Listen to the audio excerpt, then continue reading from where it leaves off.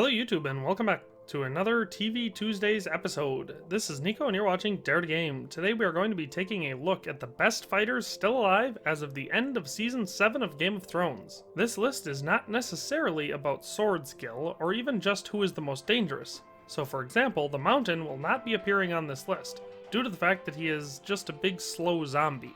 Although there are a good deal of talented fighters in this show, we will stick to the top 7 for this video. I should also add that this is based solely off the show, and anything in the books will not be relevant here. Of course, it should be clear that this video will contain spoilers, so let's dive on in.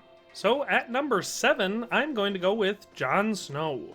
Now I know many will find this surprising to find Jon Snow so low on the list, but while making this ranking it ultimately came down to, could Jon kill any of the other people on this list? And while of course it is possible, I wouldn't bet on it. So that is why Jon has earned this lower spot. That being said, he is still a top tier fighter in the show. For one thing, he has his own Valyrian steel bastard sword, and where he isn't busy losing it, he knows how to wield it. On the show we have seen him beat Carl Tanner, Styr the Then, Qhorin Halfhand, Ramsay Bolton, a few dozen other wildlings and also whites, and of course to top it all off, he killed 2 White Walkers in single combat, which is no small feat. Now, while I know that a few of those names may not be totally legit, and he can't take 100% of the credit, for instance, with Qhorin, it's, pretty heavily implied that he really just let him win, and with Carl Tanner, he would have died if the chick wouldn't have stabbed him. But, in any case, he did come out of each battle alive, and that's more than Beric Dondarrion can say. I think Jon is one hell of a swordsman, and he will play a huge part in Season 8, but I think the following 6 people are all better. So, next up, at number 6, we have Sir Bronn of the Blackwater. Now don't get me wrong, not only is Bronn one of my all-time favorite characters in the show, he is one hell of a fighter. He is fast, smart, skilled, and confident while not being cocky. He knows when to fight, he figures out how to kill his opponent, and we know that he knows when to say no. I think he could have killed the Mountain in Tyrion's trial by combat, but I think he was also very smart to say no, because even if he would have won, it's likely that Cersei would have had him killed anyway. All of this in mind, we have seen that he is very skilled. Although his primary weapon is an arming sword, he is also adept with a dagger, a bow, and he is the only person we have seen use a scorpion in combat. He goes lightly armored, but rarely is injured. We have seen him in combat against enemies at the Battle of the Blackwater. We know that he took part in the Siege of Riverrun, we don't know to what extent, and we know he took part in the capture of Highgarden. Again, we don't know to what extent, but we know he was there. We have also seen one example of him fighting in single combat and winning. This was early on, I believe in Season 1, when he fought as Tyrion's champion in the first trial by combat. In this scene, I saw all I needed to know about him. He defeated who we are meant to believe was the best, or at least one of the best, Knights of the Vale. And the Knights of the Vale are a group of warriors who are supposed to be renowned for their combat skills. Bronn beat him one-on-one, even though the knight was in full plate armor and Bronn had very little armor on. So although there are certainly better fighters on this list, Bronn holds his own in most scenarios. Alright, so at number 5 we have Daario Naharis. Here's a surprise name. So the scoop here is that we haven't seen Daario for a season or so, and that has led many to believe that he is gone from the show. And many may be right. However, as far as we know, he is still alive. So for all we know, he may well show up in Season 8. And in that case, we would have one more badass fighter. Daario is much like Bronn in many ways. He fights in a very straightforward and opportunistic way.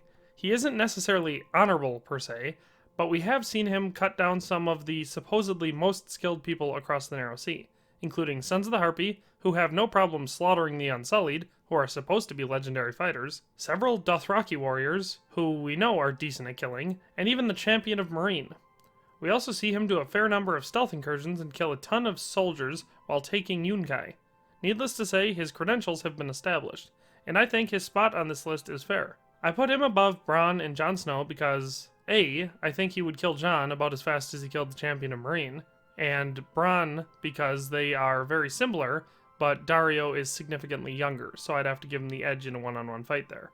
Next comes number 4, Euron Greyjoy. Now don't get me wrong, I do not like Euron at all. I think he is annoying, cocky, treacherous, and just overall a terrible person. However, he is arguably one of the best fighters we have ever seen on Game of Thrones. Now while I don't think what we have seen him do in the show is very realistic, it is pretty impressive if you think about it. We did see him murder his brother, who despite being super old was supposed to be pretty damn good, at least in his youth, but most of what we see from Euron is during his attack on Yara's fleet. In this scene we see him cut down at least a dozen Ironborn soldiers, and kill 2 of the Sand Snakes at the same time, and might I remind you, they were supposedly pretty good fighters. For example, they killed Ario Hota, who was supposed to be legendary, and they took him down like a bitch. And they held their own, to say the least, against Jaime Lannister and Bronn in the Water Gardens. We then also see Euron cut through Yara, and again, she is supposed to be a pretty serious warrior, at least when it comes to Ironborn. So based solely off what we have seen on screen, I think Euron is a solid 4 for best fighters still currently alive in Game of Thrones. So for the bottom spot in the top 3, we have one of my favorite characters, Tormund Giantsbane. Tormund is arguably one of the best all-time warriors in Game of Thrones. For starters, he got his name by killing a giant in single combat. That alone should tell you just how dangerous he is. During the siege of Castle Black, he cut down at least a dozen or 2 Night's Watchmen, and defeated and almost killed Sir Alistair Thorne in single combat. He was only taken down after being shot like 5 times, and he was still fighting. We also saw him fight and kill dozens more enemies at Hardhome, the Battle of the Bastards, and then at the Frozen Lake Beyond the Wall.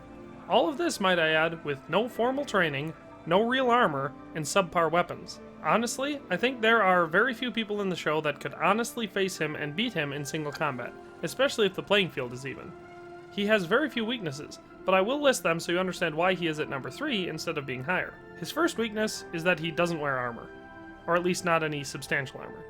While this may be part of why he is good, because it allows him to be fast and agile, it is also one of his greatest weaknesses. Any stray arrow or a lucky blow could end Tormund in an instant, because he doesn't wear any real armor.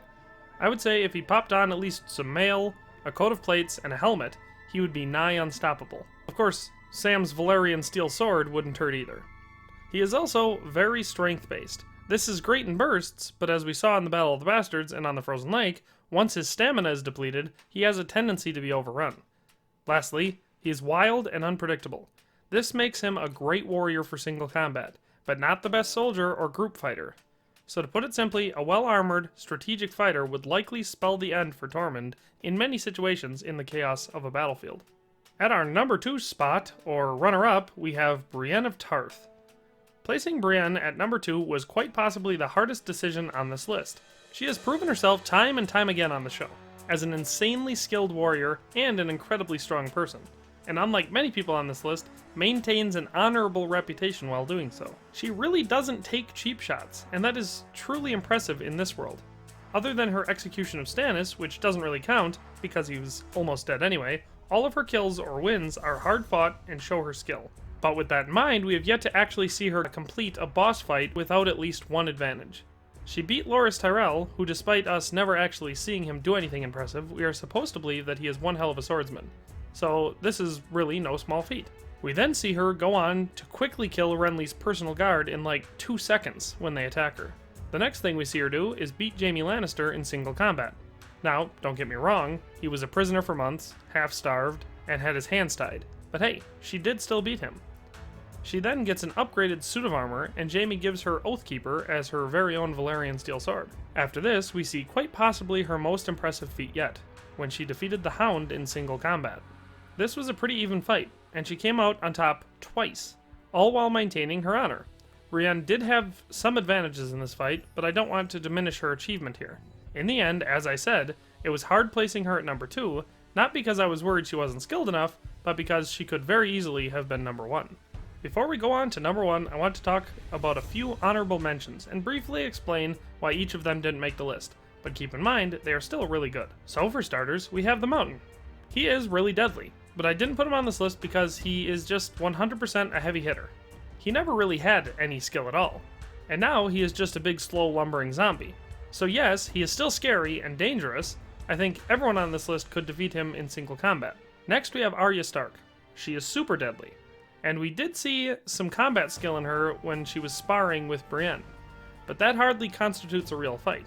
So while I think she may be one of the deadliest people on the show, I don't think that she deserves a spot on here for the best fighters. Next we have Jorah Mormont. He still has some skill, and that is clear from his pit fighting, but he is getting old, and that is showing.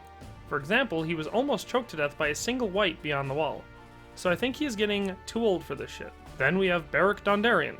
while I do think the whole flaming sword thing is super cool, he really isn't that good with it.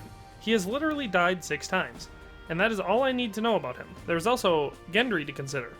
He is awesome, and looks to be pretty skilled and powerful, literally the embodiment of young Robert Baratheon, but I haven't seen enough from him for him to make this list. Lastly, for honorable mentions, we have Jaime Lannister. Ironic, considering he was supposed to be one of the best fighters ever, but once he lost his hand, he could honestly probably be killed by Theon, and that's saying something. Finally, the number 1 spot on this list goes to Sandor Clegane, previously known as the Hound. This should not really be a surprise for anyone who has watched the show. He is probably the best all-around fighter we have ever seen on the show. In fact, if it weren't for his fear of fire, which I think he is in the process of getting over right now, he would be unstoppable. While I debated whether he or Brienne should take the top spot, I eventually decided that while she did defeat him, he was already nursing a festering infected neck wound, and she had the advantage of a Valyrian steel sword, which is stronger, sharper, and lighter than the Hound's old sword. I really don't think it's much of a competition in Clegane Bowl. The Hound is smarter, faster, more skilled, and not much smaller. For example, many people like to reference the scene where the Mountain kills those slaves as impressive. Well, to that I would say, how about that scene where the Hound kills like 5 armored and trained Lannister soldiers in that tavern? For one thing, the Hound is massive. Robert Baratheon is supposed to be 6'6", and the Hound is significantly taller than him, and he is beastly strong. In fact, I fully believe that the Hound is one of the 3 men that Jaime Lannister believes could defeat him, when he had 2 hands. He is also fast, as we saw in his fight with Beric Dondarrion, where he was landing many quick blows despite his fear of Beric's flaming sword. We know that he can joust, as I believe they said, although we didn't see, that he won a jousting tournament at King's Landing. Alongside all of that, we have seen him kill literally dozens of trained armored soldiers in battle and on the road. And to top it all off, George R.R. Martin said that the Hound is right up there with two-handed Jaime Lannister and Sir Barristan Selmy as far as skill is concerned. So I say, pop a Valyrian steel sword in his hands and get him some new armor in Winterfell, and he is arguably the best fighter left when we start Season 8. So that's my list for the 7 best fighters still alive when we start off Season 8 of Game of Thrones. What do you think? Do you have any problems with my ranking or reasoning?